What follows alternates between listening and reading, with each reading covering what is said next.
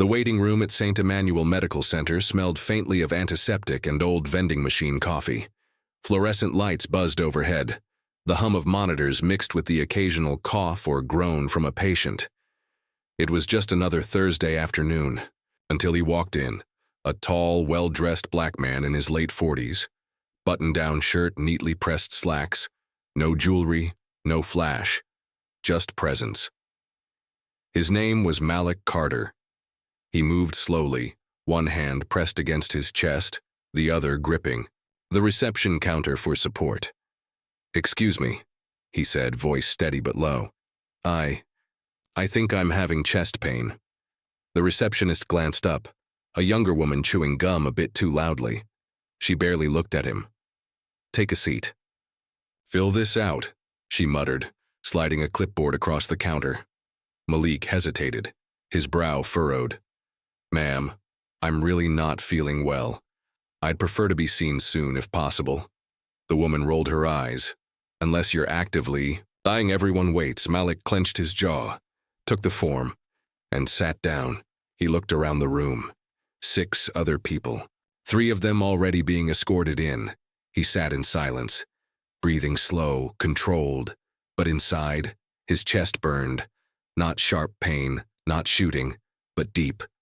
Pressure. Heavy. Something wasn't right. 15 minutes passed, then 30.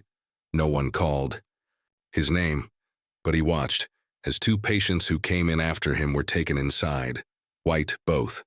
And then she walked in, Nurse Karen. Short, blunt bob. Pale pink scrubs, clipboard tucked under her arm like a shield. She scanned the room, eyes landed on Malik. Something shifted in her posture. A stiffness. She approached slowly. "Mr. Carter?" she called. He stood, relief washing across his face. Finally. "Yes, thank you." But she cut him off. "I reviewed your intake. You marked chest pain, but you're sitting upright, walking, talking fine." Malik blinked.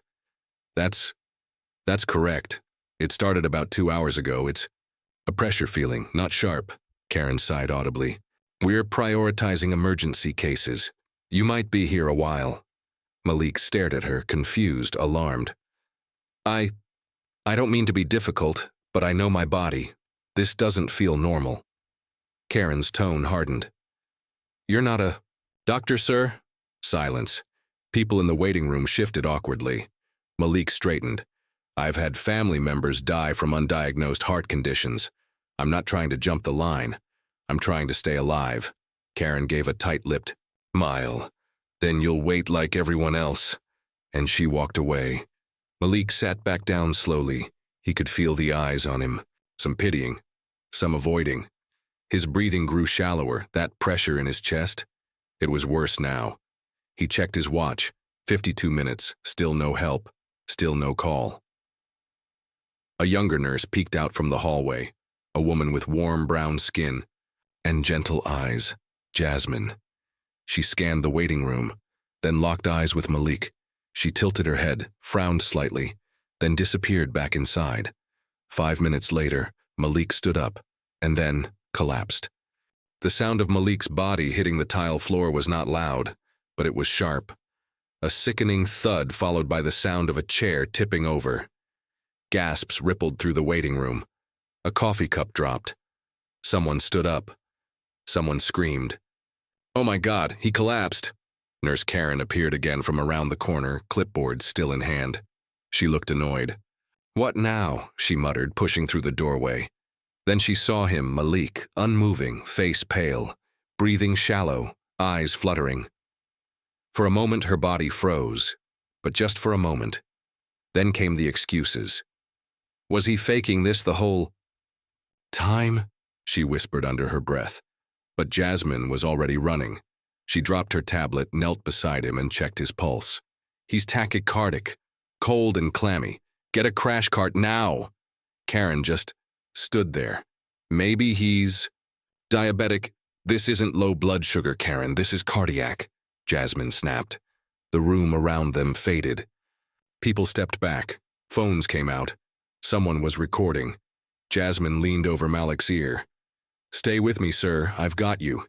You're not invisible." Not today. Within minutes, a team arrived.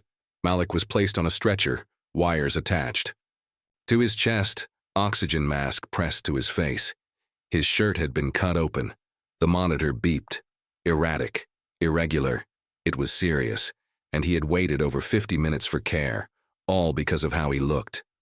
Karen tried to follow the team, but Jasmine blocked her path. "You've done enough," she said softly but firmly. In the ER bay, the attending physician reviewed the monitor and gave quick instructions. "Possible myocardial infarction. Prep for EKG and cardiac enzymes. Let's move." An hour passed. Malik was stabilized, sedated, safe, for now. Outside the room, Jasmine sat on a bench, hands still shaking. Her scrubs were wrinkled, her eyes red, but she couldn't stop replaying it in her head. That look in Malik's eyes before he passed out. It wasn't just pain, it was defeat, as if he knew this would happen, as if it wasn't the first time. Meanwhile, Karen sat in the break room, arms crossed. "You'd think people like that would know how to advocate for themselves," she muttered to another nurse. "He didn't look like an emergency. We can't treat everyone like royalty." The room was silent. Even those who agreed with her the day before were now avoiding eye contact. Something had shifted, because this time, there were witnesses and a video. One of the visitors in the waiting room had caught everything on their phone, from Malik asking for help to Karen dismissing him, to the moment he collapsed. That clip hit Twitter by 6 p.m. By 10 p.m., it had 250,000 views. By morning, over 2.1 million. With the caption, "Black man collapses after being ignored by nurse for chest pain." Justice for Malik. The hospital's PR team scrambled, internal emails were flying. The chief medical officer was furious, not because of the video, because of the truth behind it. At 8:45 a.m. the next day, Jasmine received a message. "Report to conference room C now." She walked in slowly. Inside sat 3 people. The CMO, the head of nursing, a man she didn't recognize. Tall, sharp suit, calm demeanor, he stood. Extended a hand. "Good morning, Jasmine. I'm Thomas Green, General Counsel for the Carter Foundation." Jasmine froze. "Carter?" "Yes," he said with a slow nod. "Malik Carter is the executive chairman, and this facility is under contract with our foundation." The room went still. The room fell silent. Jasmine sat frozen in her seat, staring at the man across from her, Thomas Green, General Counsel for the Carter Foundation. The name echoed in her ears. Carter. Malik Carter. Her mind raced. Was this the Carter, the billionaire? Philanthropist? The man who owned half a dozen medical ventures? The one whose name appeared on hospital wings, scholarship funds, and national health equity programs? The same man who was sitting in her ER bay right now, sedated, after being ignored for nearly an hour? Thomas continued, voice calm but cutting. "Mr. Carter arrived here yesterday afternoon while experiencing cardiac symptoms. He followed procedure. He waited patiently, and your hospital failed him." The CMO cleared his throat nervously. We were unaware of his identity." Thomas didn't even blink. "That's exactly the problem." He turned to Jasmine. "You were the one who responded when he collapsed, correct?" She nodded slowly. "Yes, I didn't know who he was. I just saw a patient in distress." Thomas smiled faintly. "That's all he ever needed." Across the hospital, in an empty corridor, Karen stood in front of her locker, arms crossed, lips tight. She'd seen the video. She'd seen her name trending on social media, people calling her racist, cold, unfit to be a nurse, but she didn't see what the big deal was. He didn't look like a heart attack. He was talking, walking. We're trained to assess urgency. He wasn't it. She repeated it like a mantra, over and over, like maybe it would make the truth go away. But the truth was everywhere now. News. Vans pulled up outside the hospital. Journalists waited by the emergency exit. Protesters began to gather.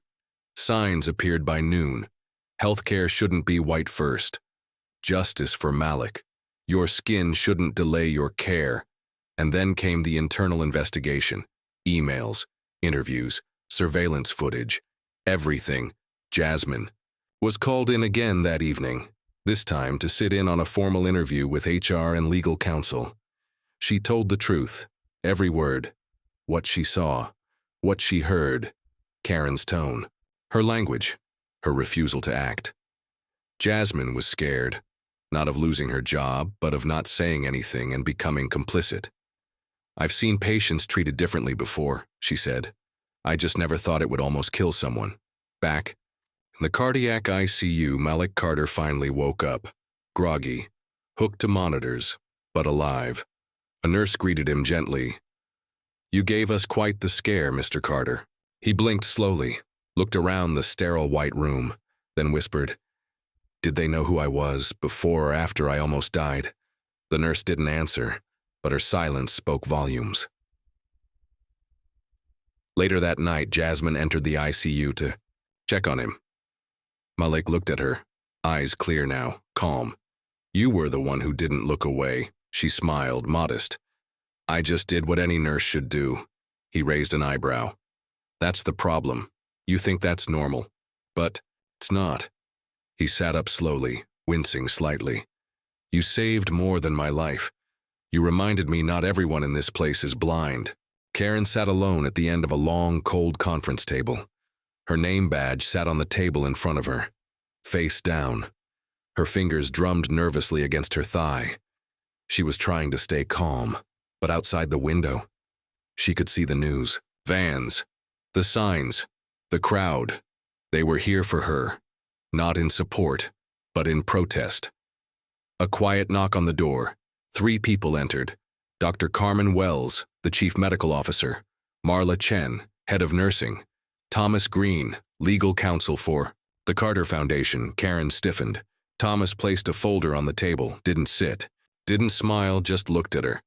"We'd like to give you the opportunity to speak before we begin reviewing what we've found." Karen crossed her arms. "Look, I've been a nurse here for 12 years. I've treated everyone who walks through that door. This is being blown way out of proportion." Thomas said nothing. He simply opened the folder.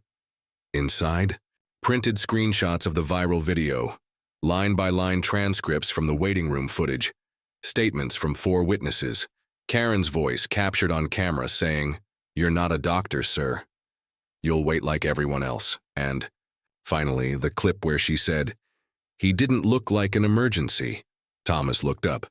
"Tell me, Nurse Karen, what does an emergency look like?" Karen faltered. "I didn't mean it like that. I just meant he didn't act like he was in pain." Dr. Wells leaned in. "You don't get to decide how someone experiences pain. That's not triage. That's bias." Karen's voice rose. "So now I'm racist because I followed protocol?" He walked in, he talked, he wasn't foaming at the mouth. Marla Chen spoke for the first time. "No one said you're racist, but we are saying your judgment was clouded, dangerously, and a patient nearly died because of it." Karen's eyes darted between them. "I didn't know who he was. If I had—" Thomas cut in, his tone sharp. "If you had known he was powerful, you would have helped. So you admit you treat people differently depending on who they are." Karen froze. The room went silent. Down the hall, Malik sat upright in his hospital bed. A small screen beside him streamed the news outside. The protest had grown. More signs, more voices. He turned to Jasmine, who had stopped in to check on him. "I didn't want this kind of attention," he said quietly. "But maybe it was necessary." Jasmine nodded. "You didn't create the moment, but you're the reason it finally mattered." Back in the conference room, the tone had shifted. Thomas laid down the final document, an official letter of termination. Karen stared at it. "You're firing me?" Dr. Wells's voice was calm, but firm. "You ignored a patient with active cardiac symptoms. You dismissed concerns based on assumptions. You violated the ethical standards of this hospital and this profession." Karen stood abruptly. "You'll hear from my lawyer." Thomas gave her the faintest of smiles. "We already have, and so have millions of others. Karen grabbed her badge, turned, and stormed out of the room. Later, that day, the hospital issued a public statement. We regret the failure of care experienced by Mr. Malik Carter. The actions taken by one staff member do not reflect our values. We are implementing new bias training protocols immediately. The POC statement went viral, but not as viral as the follow-up video, the one where Malik finally spoke. The hospital boardroom was small, but the moment was enormous. A camera crew stood in one corner. A quiet hum filled the air. Reporters sat in 2 neat rows, notepads ready, eyes sharp. The press conference was being streamed live across 5 networks. The man everyone was waiting for sat calmly at the head of the table. Malik Carter. No suit, no tie. Just a black long sleeve, a microphone, and eyes that had seen enough. To his right sat Jasmine, hands folded, posture strong. To his left, Thomas Green. The room hushed as Malik leaned into the mic and spoke. 3 days ago, I walked into this hospital as a patient, not as a CEO, not as a donor, not as someone whose name sits on plaques in your hallways. I came in as a man in pain. He paused, looked around the room, and no one saw me. I waited. I asked, I explained, and I was ignored. Because I wasn't loud. Because I didn't look like an emergency. Because of the color of my skin. Because bias still walks these halls, in silence, in smiles, in scrubs. Murmurs ran through the room. He continued, "Let me be clear. This isn't about me, nearly dying. It's about the thousands who do, every year. People who are overlooked, undervalued, undiagnosed, because their pain doesn't fit the picture. Because they are seen as statistics, instead of people. This happens, every day, to black men, black women, Latinx elders, indigenous teens. This isn't an isolated incident. It's a system." A long pause. You could hear a pin drop. Malik looked straight into the camera. I survived, but many don't. And not because the disease was too strong, but because the bias was. At the back of the room, Jasmine swallowed hard. His words echoed her own thoughts, ones she never dared say out loud. Now, they were on national television. Malik turned to her. This nurse here didn't know my name, didn't know my title. She just saw me. And that saved my life. What happened to me was unacceptable, but how she responded, that's what I want this hospital and this country to learn from. He reached into his jacket, pulled out a document. This is a formal proposal. The Carter Foundation will be funding a nationwide initiative to provide mandatory implicit bias training across our partner hospitals, starting here. We will also fund full scholarships for underrepresented students in nursing and medical programs. Because change doesn't begin in conference rooms, it begins in classrooms. The room erupted in applause. Cameras clicked, reporters jumped to their feet. But Malik wasn't done. I don't want this to be remembered as a scandal. I want it to be a turning point. For every nurse who thinks she can eyeball who deserves care.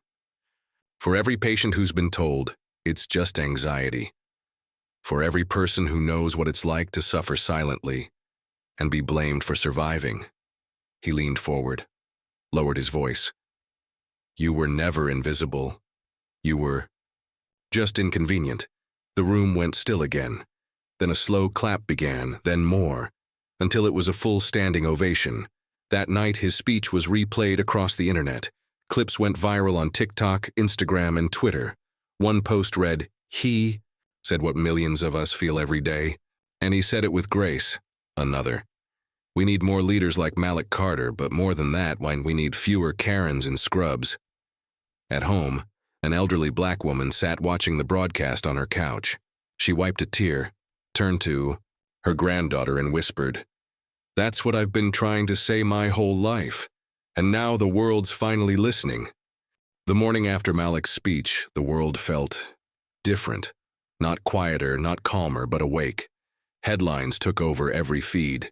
He was ignored for his skin. Now he's changing medicine. Malik Carter, The voice healthcare needed. Invisible no more. Across hospital break rooms, college classrooms, TikTok comment sections, barbershops, and breakfast tables, people were talking. Really talking. At St. Emmanuel Medical Center, change came fast. A banner went up in the UIE lobby. Accountability begins here. Mandatory bias training sessions were scheduled for all staff, led by third-party professionals, unfiltered, honest, sometimes uncomfortable. In the first session, Jasmine sat near the front. She watched as nurses, doctors, janitors, receptionists all listened. Some with open hearts, others with crossed arms. A slide appeared on the screen. Implicit bias isn't always loud. Sometimes it whispers, "They're exaggerating, they're fine, they can wait." People shifted in their chairs, some nodded, some didn't, but they heard it, and that was the first step. 2 days later, Jasmine received an unexpected message from Thomas Green. "Mr. Carter would like to invite you to the Carter Foundation Gala next week as his guest." Jasmine blinked at her screen, heart pounding. She had never even owned a gown. Meanwhile, outside the walls of the hospital, real impact was unfolding. Nurses in Detroit, Atlanta, and Houston began sharing videos. "I just completed my first anti-bias workshop because of Malik Carter." Medical schools updated curriculum guidelines. One professor posted, "It took one man almost dying for us to admit the system isn't neutral." Even celebrities began speaking out.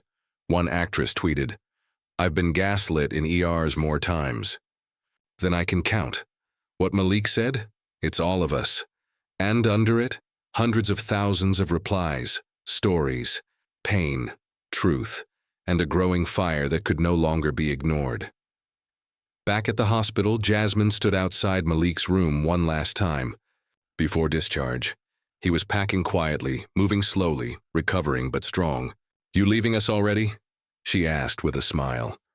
"They tell me I've overstayed my welcome," he joked. They laughed softly. Then he turned serious.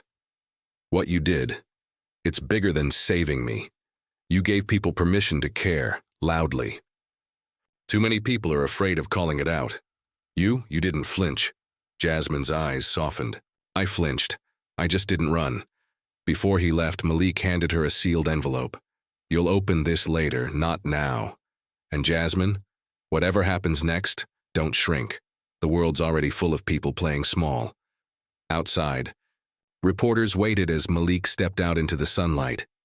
No cameras inside the hospital this time. No microphones. Just him. Whole. Alive. Healed. In more ways than one. That night, Jasmine sat on the edge of her bed, hands trembling. She opened the envelope inside. A letter and a check. The letter read, "Jasmine, there are leaders in rooms full of lights, and there are leaders who save lives in the shadows. You are both. This is a full scholarship, should you choose to apply, to any nursing leadership program in the country. My foundation will cover every cost. We don't just need more nurses like you, we need decision-makers like you." Malik tears spilled before she even finished reading. She looked at her reflection in the mirror across the room, hair slightly messy, eyes tired, and yet, somehow, she had never felt more powerful. Not because of the check, not because of the gala invite, but because for the first time, she believed she could lead. The ballroom shimmered.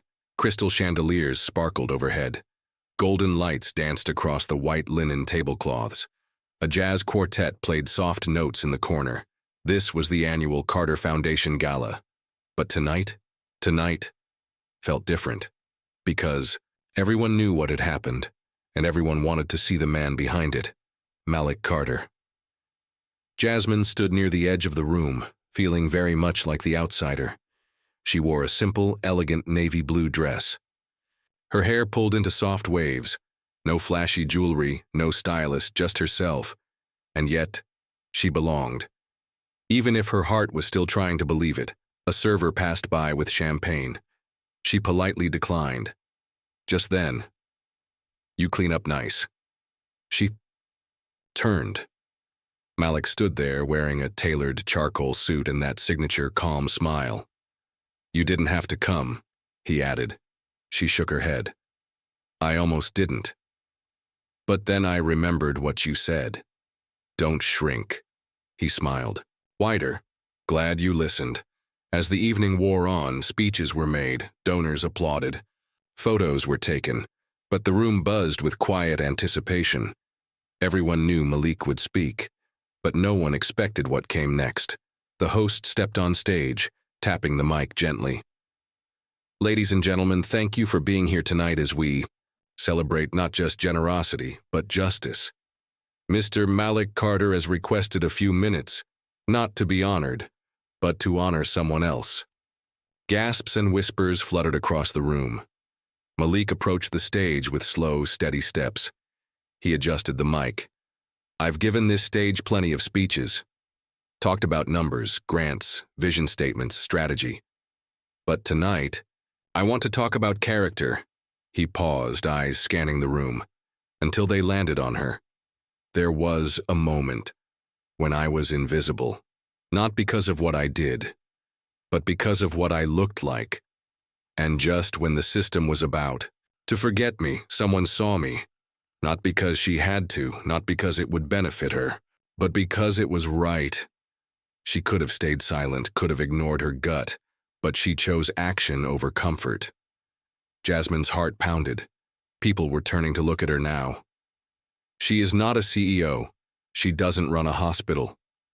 But she changed the course of one, with compassion, with courage, with conviction. Please help me welcome someone I now consider a partner in this mission and the heart behind this movement.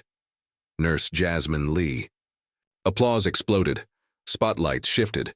Jasmine froze. Her legs refused to move. Malik stepped off the stage, walked to her, and extended a hand. Don't shrink, he whispered again. She rose. The crowd parted. Phones came up, and in that moment, as she stepped onto that stage, it no longer felt like she was filling shoes too big. It felt like she was stepping into her own. The lights warmed her face, the applause softened. She took the mic, hands slightly shaking, but her voice clear. I didn't do anything extraordinary. I just chose to care. Loudly. In that moment, it didn't matter who Mr. Carter was. What mattered us was that he was hurting and no one was listening. We talk about being burned out in healthcare, but maybe part of that is because we keep stuffing our empathy into policy binders and checklists. We're not just caregivers. We're witnesses. And what we choose to see and what we choose to ignore makes all the difference. I'm not a hero. I'm a nurse. And this is what we're supposed to do. The room was silent. Goosebumps danced down arms.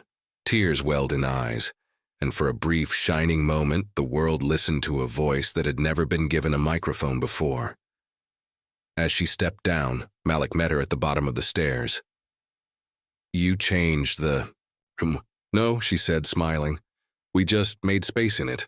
Karen sat in her car. The engine was off. The windows rolled up. The air thick with silence. Her phone buzzed on the passenger seat. Again, and again, and again. But she didn't pick it up, because she already knew what it would say. Karen, this article. What's going on? Are you really the nurse from that video? My daughter saw your name trending. She's crying. She doesn't understand. The emails had stopped being professional days ago. Now they were personal, and they hurt. Karen scrolled. Through the comments she told herself she wouldn't read. This is why people don't trust the system. She looked at him and decided he wasn't worth her time. Nurse Karen. More like Nurse Cruel. There were thousands, and they weren't wrong. She had lost her job. Her license was now under review by the nursing board. Her name, once known in local circles for her experience and discipline, was now synonymous with negligence. And it wasn't just professional. Neighbors stopped waving. Her usual grocery store aisle, empty when she walked in. Even her daughter's school had gently asked her to avoid pickup hours. For now. Karen wasn't just fired. She was accountable. And for the first time in her life, she had to face the reflection she'd been avoiding. I didn't mean to, she whispered it aloud, but even she didn't believe it anymore. Meanwhile, across town, Jasmine sat in a small conference room at St. Emmanuel, but this time, she wasn't in scrubs. She wore a navy blazer, pressed slacks, notebook open, pen in hand. Across the table sat the hospital's chief operating officer. Jasmine, we've been reviewing feedback from the community and from our internal teams. He glanced down at a file. We'd like to offer you a position as Associate Director of Patient Equity and Engagement. Her breath caught. She blinked. I'm not a director. I'm just a nurse. He smiled. You were just the reason our hospital avoided collapse. You've become the bridge we didn't even know we needed. The role came with more than a title. It came with influence. Jasmine would help implement new training, oversee patient care reviews, launch listening sessions with marginalized communities, and work hand-in-hand with Malik's foundation. Later that night, she called her mom. They offered me a director role. Silence, and then, you always were a director, baby. They just finally caught up. Jasmine wiped a tear, smiled. You still think I'm too soft? Her mom chuckled. No, I think you're exactly the kind of soft that changes the world. Back online, the conversation had shifted. People began sharing their own stories under a new hashtag. Because she cared, one woman wrote, I went to the ER today and was actually believed. First time in years. That's because of Jasmine. A medical student tweeted, I switched my specialty to emergency care. We need more like her. And underneath it all, Karen was quiet. No PR team. No apology video. Just silence. And in that silence, the world moved forward without her. Because sometimes, justice doesn't show up as a headline. Sometimes it shows up as the absence of power for those who once abused it, and the presence of purpose for those who never chased it. 3 months later, the lobby at St. Emmanuel looked different. Not because of the furniture, not because of the lighting, but because of the energy. Where there used to be silence and tension, now there was dialogue. Where there used to be indifference, now there was intention. At the front desk, a new sign was mounted on the wall. We see you, we hear you, we honor you. Patient Equity Pledge 2025, and beneath it, led by Jasmine Lee, RN, Associate Director of Patient Equity. Inside the staff training room, Jasmine stood at the whiteboard. She wasn't wearing scrubs anymore, just a clean blazer. Gold hoop earrings. Confidence. Behind her were 3 words written in marker. Bias, silence, power. She turned to the group of new hires, nurses, techs, admin staff. This hospital isn't perfect, but we're not here to pretend we're colorblind. We're here to see clearly and act accordingly. She clicked the remote, slide changed. When we ignore a patient's voice because of how they look, sound, or speak, we're not being neutral, we're being negligent. One nurse raised her hand. But what if we're not sure we're doing it? Jasmine smiled. Then ask yourself, would I treat this patient the same if they looked like me? If the answer makes you uncomfortable, that's where the work begins. Elsewhere in the hospital, Malik stood beside a podium. Press gathered around. He adjusted the mic. Today, we're proud to announce the Carter Health Equity Network, a national initiative designed to embed racial bias accountability programs across 100 hospitals in the next 2 years. Our pilot begins here, with the help of a woman who saved my life and changed the course of care for thousands. Jasmine Lee isn't just a nurse, she's a visionary. The crowd applauded as Jasmine joined him on stage. Malik leaned over. Ready to scale this nationwide? Iku grinned. Let's rebuild it all. The Carter Health Equity Network launched 5 key programs. Bias response teams, units trained to handle in-hospital discrimination cases, anonymous reporting lines, for patients and staff patient trust surveys, focused on marginalized groups, cultural competency fast track, certification for all medical employees, leadership for equity fellowship, where nurses like Jasmine became the future of healthcare management. Suddenly, Jasmine wasn't just teaching workshops, She was flying to D.C. to brief congressional health committees, speaking on panels at global medical conferences, mentoring young women of color in healthcare, and through it all, she stayed grounded. Every time she stood on a stage, she started with the same line. This all began with a man being told to wait. One night, Jasmine and Malik sat in a quiet hotel rooftop in Chicago after speaking at a health equity summit. City lights twinkled below. Malik held a glass of tea. You ever think about how fast all this happened? Jasmine exhaled. Every day. It scares me sometimes. Good. That means you're doing it right, he said. She turned to him. Do you think this will actually last? Or is this just a moment? He looked out across the skyline. It'll last, if we make it a movement. That night, Jasmine returned to her hotel room and opened her journal. She flipped to the first page she had ever written during her early shifts as a nurse. It read, Don't get numb. Don't stop seeing people. Don't let the system silence your soul. She smiled, closed the book, and whispered, Now we build a better one. 1 year later, the Carter Health Equity Summit opened its doors in Atlanta, Georgia. The theme, Care Without Judgment. Over 2,000 attendees, nurses, doctors, medical students, administrators, activists, and patients, people who had stories, scars, and hope. Banners lined the hallway, panels filled every room, and on the main stage, a single chair waited beneath a spotlight. That chair belonged to Jasmine Lee. She wasn't a guest anymore. She was the keynote speaker. Backstage, Malik approached her. You ready? She smiled, still scared but doing it anyway. Then, You're still Jasmine. The lights dimmed. The crowd hushed. Jasmine stepped into the light and slow, steady, powerful.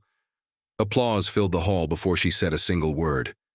And when it faded, she didn't begin with statistics or strategy or headlines. She began with a name. His name was Malik Carter. He was a patient, ignored, dismissed, almost erased. But that's not where the story ends. It ends here, in this room, where healing is no longer about tools or titles, but about truth. She scanned the room, paused, then continued. A year ago, I was working night shifts, folding linens, fighting fatigue, second-guessing my instincts. Then I watched someone almost die because a system told him he didn't look like pain. And I chose to speak, not because I was brave, but because silence is a disease that spreads fast and kills slow. The crowd was still. No one moved. No one scrolled their phone. No one blinked too long. Today, we've built something new, but we're not finished. Because the truth is, discrimination doesn't retire when you install new software. It doesn't disappear when you change your mission statement. It fades when we refuse to feed it. It ends when we refuse to ignore what's right in front of us. She held up a worn ID badge, her old nurse tag. This was mine from the night Malik came in. It doesn't scan anymore, but I keep it to remind myself that titles don't matter. Only actions do. She looked out over the crowd, hundreds of eyes locked on hers. If you're in this room, you're already part of the change. But if you're in a room tomorrow, or next week or 5 years from now, and someone is being ignored, unseen, unheard, don't wait for permission. Don't wait to be promoted. Don't wait until it's trending. Care anyway. A beat of silence. Then the entire hall rose to their feet. Tears, cheers, applause like thunder. But Jasmine just stood there, still, humble, whole. Backstage, after the summit ended, a young nursing student waited nervously with a notepad. Ms. Jasmine, can I ask you something? Of course, Jasmine said warmly. I want to be like you someday. Jasmine smiled gently. Then don't be like me. The student blinked, confused. Be better. Later that night, Jasmine walked through the hospital she once worked in. The night shift was quiet.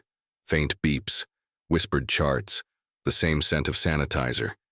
She stopped in the waiting room, sat where Malik had once sat, closed her eyes, and let the silence settle. Not the old kind, heavy and unjust, but the new kind, The kind born after the storm, the kind that comes when justice has finally been heard. The end, and also just the beginning.